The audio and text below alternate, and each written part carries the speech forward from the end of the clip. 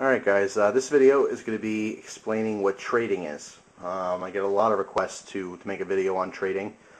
It's something I mention quite often in my videos. I'll say, I'm trading this knife away, or I just got this knife in trade, or, so on. So I figured, I'd make a video. A lot of people want to see it and learn a little bit more about it. What is trading? It's pretty self-explanatory, but basically you're giving up something you own for something else. You're not buying it, you're not selling your item, you're just simply trading. This doesn't necessarily have to be knives, it could be pretty much anything. Personally, in the past, I've traded a knife for a gun. That William Henry folding knife I traded for Smith & Wesson revolver. I've traded knives for Zippos, I've traded Zippos for knives, I've traded flashlights for Zippos, flashlights for knives, knives for flashlights. It just goes round and round. There's no real science to it or blueprint. It's basically, okay, I have something you want, and you have something I want, so why don't we just switch? And that's basically how it goes. Where do you trade? Generally, you're talking to people online, and they're scattered across your own country, if not around the world. So when I trade, I do online trading, where basically I agree on what's going to be traded, and then I ship it to them, and they ship me my item. It's the easiest way of trading. Of course, you can do face-to-face trading. That's mostly done at conventions. If you go to a knife show or a gun show, or coins, whatever your hobby is. If you actually go to a show where everyone's in the same room, it's a lot easier to trade face-to-face. And of course, you don't have to pay for any shipping or anything like that. But again, people are very limited to where the conventions are, when they can make it, things like that. So again, generally what I'll do is online trading. Now, where do you trade online? The most popular place is online forums. Generally, online forums have their own section for sales and trading. For knives, of course, I go to the two major knife forums. Literally, the most traffic goes through bladeforums.com. There's literally the most knife members on that forum than any other forum. Coming in second place is knifeforums.com. Those are both the largest, most active knife-related forums. Blade Forums has a free trading section. Of course, please do read the rules when you go on there. I believe if you trade on Blade Forums, you're not allowed to post the value of the item you're selling, or of the item you're trading. That's kind of a no-no there.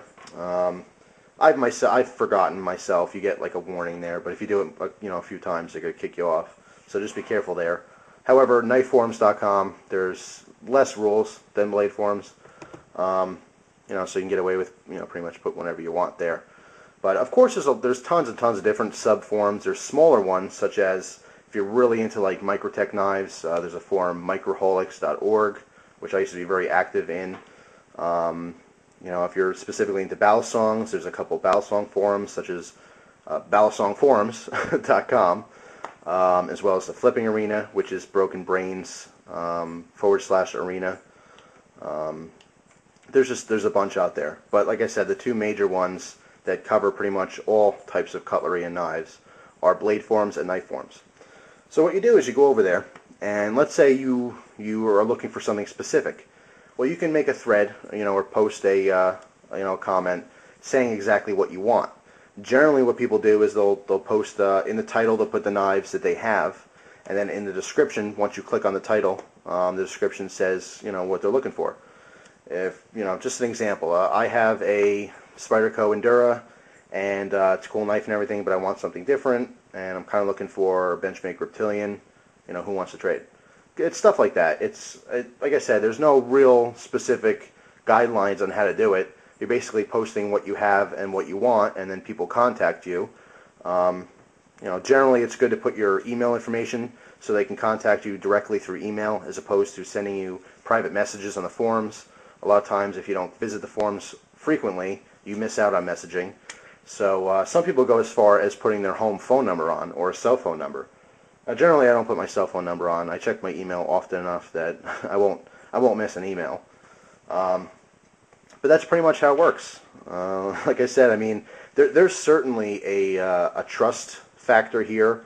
I can tell you honestly, I've literally, since I started collecting knives, I started trading right away when I was 9 years old.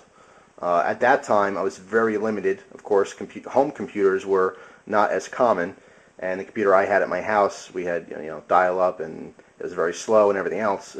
It's not like today's internet. But yeah, I've been trading ever since, so over 15 years now. And I have to say, I've literally had more than 1,000 trades, and I've never once had a problem. It doesn't mean it can't happen, though. A good place to go is when you're on the forum. In the trading and sales section, they have the feedback area, okay? And you can scan through there, and people will put, if they have a bad experience or even a good experience, they'll post it on there.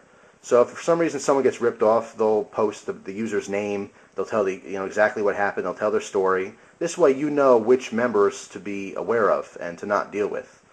But I have to say, 99% of the knife community is very honest, and it's just a few bad apples that spoil the bunch. But there is a certain trust factor in there. At the end of the video, I'll probably give you a list of tips on how to trade safer. A lot of times, if you're not familiar with the person you're talking to, you can have them send you their stuff first.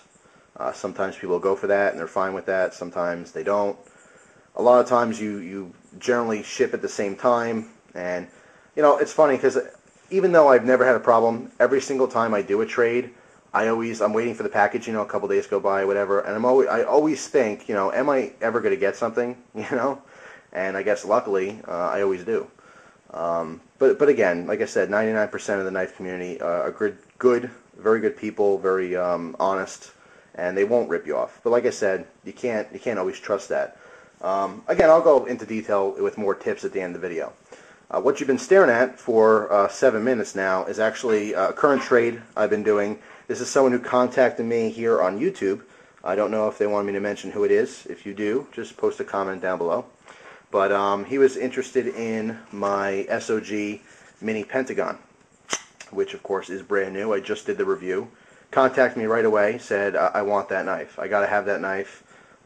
Here's what I can offer. And he offered me a very nice selection of some used knives, which is what you're staring at right here. I just got it in the mail, and I'll show you a little bit. Of course, I might have reviews on this stuff, but I still have tons of crap I have to show you before this, so if you like any of the stuff here and you want to see reviews, it's going to be a while before you see reviews on it. But anyway, all these knives are used. Some were pretty beat up. I was asking the person I was trading with, how'd your knives get so beat up? What are you doing with them? And he was telling me, I lent it to some friends and they gave them back all crapped up. And I was kind of laughing because I know how that is.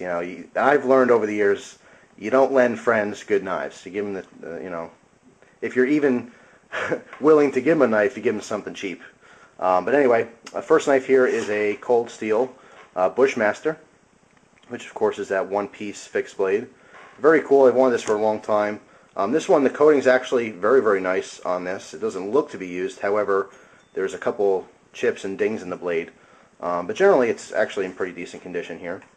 The next knife here, which I will certainly use myself, is the Cold Steel full-size Hunter, or Master Hunter, rather.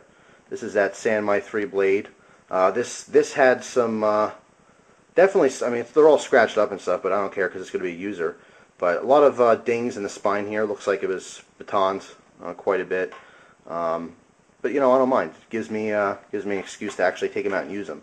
I did clean these up the best I can just for this video. But anyway, moving on.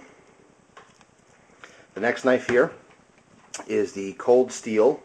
I believe this is the Finn. Yeah, Finn Bear, one of their more affordable line. This is actually a knife that he threw in as a surprise, which is really cool. He threw in a couple knives. This knife here, the Finn Bear, as well as the Gerber Gator, which I'll show you in a minute, were total surprises, which was awesome. So thank you very much. It's very cool. When you do trades, sometimes people do that. They'll throw in some extra stuff that's just kind of laying around, or they appreciate the trade, so they give you some extra stuff, and that's totally cool. And it puts a smile on my face every single time it happens. But anyway, this is something I was very interested in getting myself. And to tell you the truth, right off the bat, of course I'll eventually have a review on this, but I don't like the way the handle feels at all. Here's the design.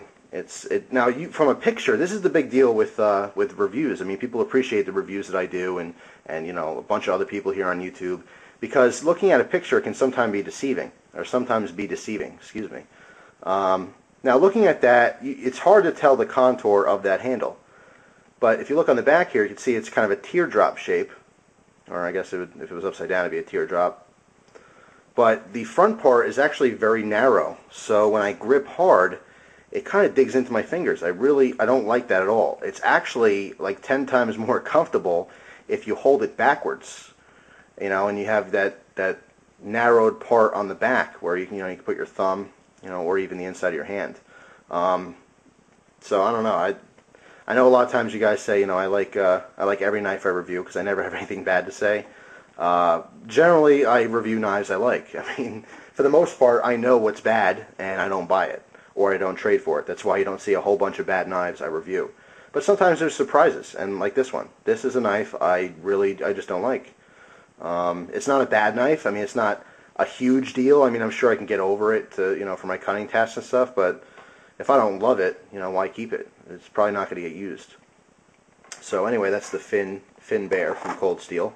Very affordable knife, though. I think these are like 10 or 15 bucks. So it's not a huge disappointment. I mean, if you were to buy that, it's not like it's a $200 knife. The next one here is the Mini Hunter, which I love. I'll probably use this as a neck knife for a little while, test it out. Awesome little knife. And then the last one here is, of course, I just give you a little preview, that Gerber Gator. Now, something you'll notice on this Gaber, I can't talk, guys. My mouth is totally parched. I need a drink, but anyway, to continue with the video, this Gerber Gator, you'll notice that there's no thumb studs, there is no opening hole, and there is no flipper. So you might first get this knife and be like, you know, how the heck do I open this thing? I guess the man, you know, Gerber figured you just use two hands and just open it like that. It is a lockback knife, so I'll give you a little trick here I do with some of the bigger lockback knives. If you wanted to open this one hand, I mean, if you push down the pressure of the blade, you can open it one-handed, as you just saw, but it's a little bit of a pain. So I'll give you a little tip here. Because this is a larger blade too, it's going to be hard to just flick it with your wrist to get it open. But if you actually depress on that lockback, okay, if you press that down and you come in and then back out on an angle and you flip out, so basically I'm pushing down, I mean as I come forward I'm pushing down and then flicking my wrist, you can pop that blade out with one hand. So hopefully I'll get it in this first try here just to show you. Well, not all the way, but let's try it again. There you go. So that's one way to open it one-handed. And of course you can close it one-handed by just doing what I just did there. I'll show you. Now, a lot of times you see guys do this with Spyderco's because the ricasso, the part underneath the blade, is large enough to do this. But when you first get a knife, if you look at it, if you hold the knife how it's supposed to be gripped, I mean there's a finger choil here, so if you grip it properly and you fold that blade, oh, I'm going to run out of battery. Oh, I knew that was going to happen. My batteries are I charge my batteries so much that they're not holding a charge as long, so I apologize for that. But anyway, I was saying, if you hold the knife how you're supposed to by handle design, and you let the blade come down, if you could see that your finger is not going to be cut, okay, if the ricasso is above your finger as opposed to where the blade is, then to close the knife, for a lockback anyway, you push in the lock and then just flick down, okay, so the blade comes down. Then rotate your grip and then close it with your thumb. So basically this is meant to be a two-handed knife like that, and then when you want to close it like that. But of course, you know, if you're in a hurry, you can use it one-handed by flicking it open and of course closing it. So anyway, just a little side tip on lockbacks like this one. But anyway, what was I even talking about? This video is on trading. So I got this stuff and I am very happy with it. So thank you very much. You know who you are, who sent it. And what I'm doing now, move this stuff out of the way, is going to package your stuff up and ship it to you, which is the knife. Now, I'm not just giving you the knife. I'm going to give you some other bonuses, just some dinky stuff. Thought maybe you'll like. This is actually the first Cobra bracelet survival bracelet that I ever made. I made it a little bit too short for me. How it works is you put it around your wrist, and just the knot here loops around, kind of holds. Hopefully it'll fit you. Hopefully you like it. If it doesn't fit you, you just cut the end off and unravel it, and you'll have some free paracord at the very least. This is a OD green inside and a coyote brown outside. So I'll throw that in just for fun. Why not?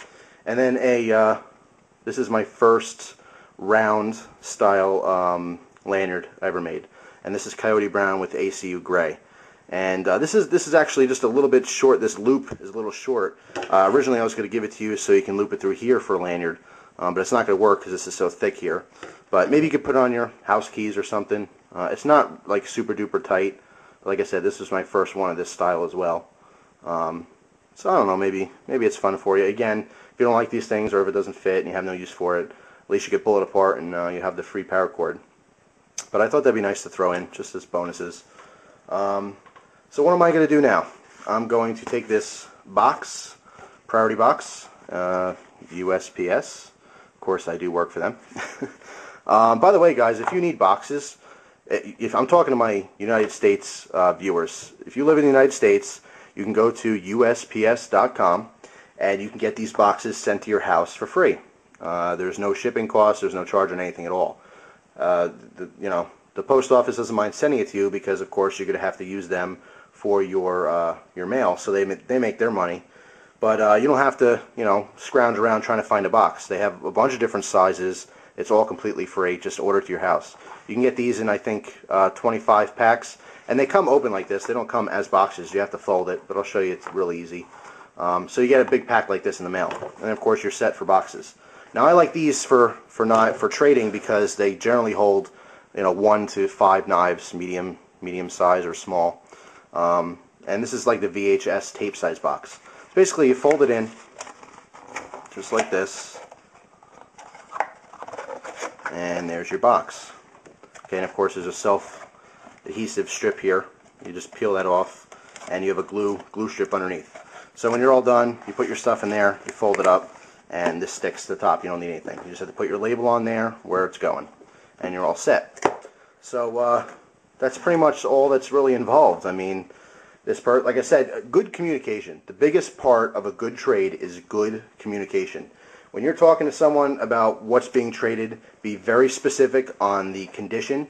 That's another thing, too, is if you can post pictures, it's a huge plus. People love to see pictures of what they're about to get, so there's no surprises. If you have little nicks and scratches in your blade, tell them. Be very honest as to what you're sending. So, again, they're not disappointed with what they get in the mail. As long as you're honest and, again, good communication, you both agree on the same time, or you both agree on when it's going to be shipped out, what exactly it's going to be shipped out, you're not going to have any problems. Everyone's going to be happy. And that's the whole goal, is at the end of the day, everyone's happy and everyone gets a new toy. So that's trading. This stuff is going to get packed up, of course, not just thrown in there, but some nice bubble wrap or something so they don't get scratched or banging around. Another thing, when you're packing your boxes up, once you're done packing it, before you seal it completely, fold it up, and what I do is the shake test. Shake it. If you can hear anything rattling, take it back apart and pack it better. You don't want stuff rattling around in there. Like I said, it can get damaged. You just don't want a noisy package. You want it to be totally quiet when you shake it.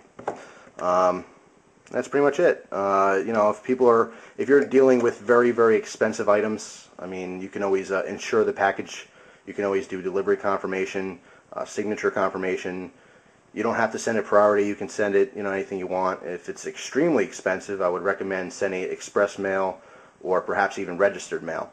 Registered mail through the U.S. Post Office, every single day it stays in a safe at the local post office. It doesn't just sit around. It's the highest priority mail. It's the most important way you can possibly ship anything. I actually have people who ship cash. They literally ship like $100,000 in $100 bills in registered mail. What it's for, who knows? No one asks questions. But yeah, that's the highest secured form of shipping anything is registered mail. Be aware that it's very expensive, very expensive. But anyway, talk to your local post office, whoever's there working. Talk to your mailman and just ask questions. to see what's really best for you. Currently, it's like less than $6 to ship most things in here. That is my cell phone ringing. I'm sorry, I had to be rude and hang up on that person. This happened in my other video where my cell phone rang and people asked me what the whistling was. Well, that's my cell phone ringer. Lame, I know, but I don't order them online. I mean, I don't buy the ringers. I use whatever's on the phone. Pretty simple like that. But anyway, that's my ringer. Now that you know. To be honest, I filmed this video like 6 times already. That's why I'm just leaving it instead of editing this out and trying again. Just leave it in there. Keep it real, you know. So anyway, that was all redundant because the video is over now. So that's pretty much it. That's trading. It could be a lot of fun. You know, I got all these new knives. I mean, they're all used and stuff, but I don't mind because I'm going to use them too. But I got all those knives for the cost of shipping. You know, it's going to cost me, like I said, maybe, I don't know, $5 or $6 to ship this out. So for $6, I get to try some new knives, and the other person's going to get this awesome knife, which is awesome. I love it. Kind of getting sad that I'm getting rid of it, but that's just how it works. You got to give up your old stuff if you want new stuff without buying it, and that is the best way to you know, to get new stuff is to trade. So anyway, of course, now I'm just rambling on. So thank you very much for hanging in there and watching the video. Always appreciate it. And get out there and trade. It's a lot of fun, guys, really.